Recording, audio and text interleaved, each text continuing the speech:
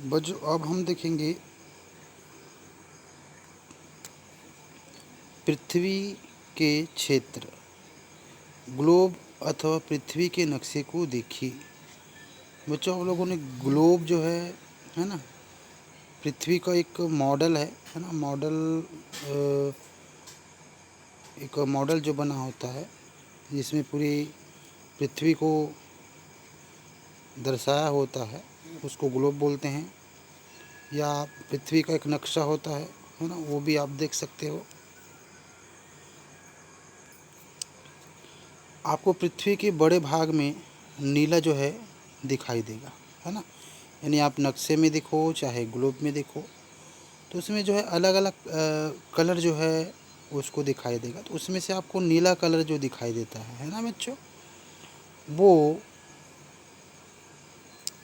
वह जो है भूगोल में पढ़ा होगा कि नक्शे तथा ग्लोब में जिन स्थानों को नीले रंग में दिखाया जाता है ना, चाहे वो ग्लोब हो चाहे पृथ्वी के नक्शा हो, है ना, उसमें आप लोगों ने नीला जो देखे होंगे, नीला कलर का स्थान है ना, वो जो है क्या होता है, पानी का होता है ना। जहाँ जहाँ नीला होता है वो समुद्र होता है, मतलब मान के चलिए पानी का जो है होता है।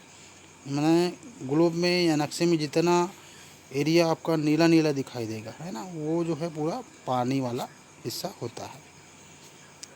ग्लोब के ऊपरी सिरे है ना, उत्तरी ध्रुव है ना, जैसे इस प्रकार का जो ग्लोब होगा है ना, उसका उत्तरी ध्रुव आपका है, ऊपर वाला उत्तरी ध्रुव कहलाएगा, नीचे वाला जो है दक्षिणी ध्रुव कहलाता है। ये भाग आपको सफ़ेद रंग के दिखाई जो है देगा। सफ़ेद रंग यह बताता है कि पृथ्वी का यह भाग हमेशा बर्फ़ से ढका होता है। यानी ग्लोब में चाहे आप पृथ्वी के नक्शे में है ना देखोगे तो नीला हो गया पानी वाला, और सफ़ेद वाला जो एरिया दिखेगा इसका मतलब ये है कि ये इस एरिया में जो है बर्फ़ जो है ना, बर्फ़ से ये जो एरिया है वो ढका रहता है, या इस एरिया में बर्फ़ जो है पाया जाता है। आप जानते हैं कि बर्फ़ जमा हुआ पानी है ना। यानी पानी जब जम जाता है तो उसी को हम बर्फ़ बोलते हैं। पृथ्वी में जल समुद्र, झीलों तथा नदियों में द्रव रूप में है ना, और ध्रुवों पर ठोस रूप में पाता है। ध्रुव मतलब वही उत्तरी ध्रुव और दक्षिणी ध्रुव है ना, जहाँ पे ठंड वाला इलाका होता है बच्चों, वहाँ पे जो पानी है ना, जल है, वो ठोस रूप में यानी बर्फ़ के रूप में आपको मिलेगा, है ना। लेकिन तालाब की बात करें, समुद्र की यदि बात करें, झील है, नदियाँ हैं, यहाँ पे आपको द्रव रूप में मिलता है ना। जो पानी हम लोग पीते हैं ना वो द्रव रूप में होता है ना। और जो बर्फ़ वगैरह देखते हो है ना, खाते भी हो आप लोग, तो वो जो है उसको ठोस बोलते हैं, ठीक है।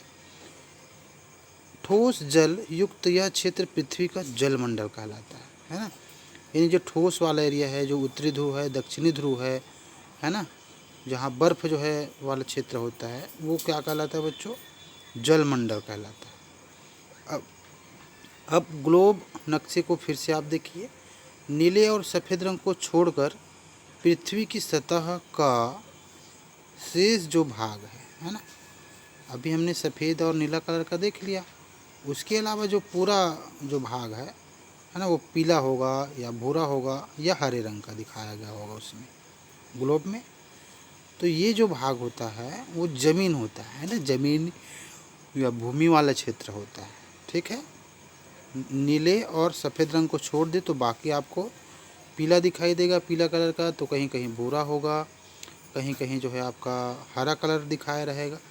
तो ये जो रंग है वो किसको दर्शाता है बच्चों, ज़मीन या भूमि को दर्शाता है। इन पर कहीं पहाड़ है तो कहीं खाई होगा, है ना, कहीं पर मैदान है ना। पृथ्वी की इस क्षेत्र को स्थल मंडल कहते हैं।